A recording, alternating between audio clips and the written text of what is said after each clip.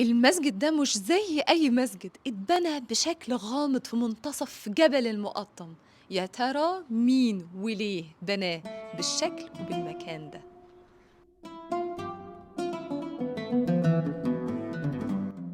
طلعنا المسجد لقينا المسجد فاضي من جوه، اللهم إلا من أنقاض جدران، ولكنه عامر بالسكينة اللي نتجت عن ذكر الله لمدة 30 سنة على لسان العابد الزاهد شاهين الخلوتي في المكان ده.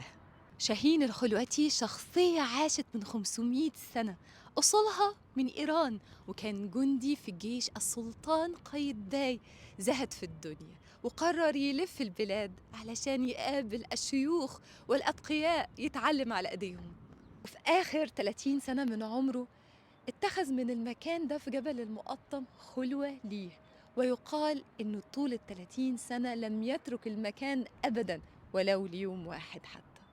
وبعد ما ماتوا بنى له المسجد ده ابنه جمال الدين عام 1538، وبنى المسجد وملحق به ضريح بقبة اتدفن تحتيها جمال الدين الابن البار والأب العابد شاهين الخلوتي.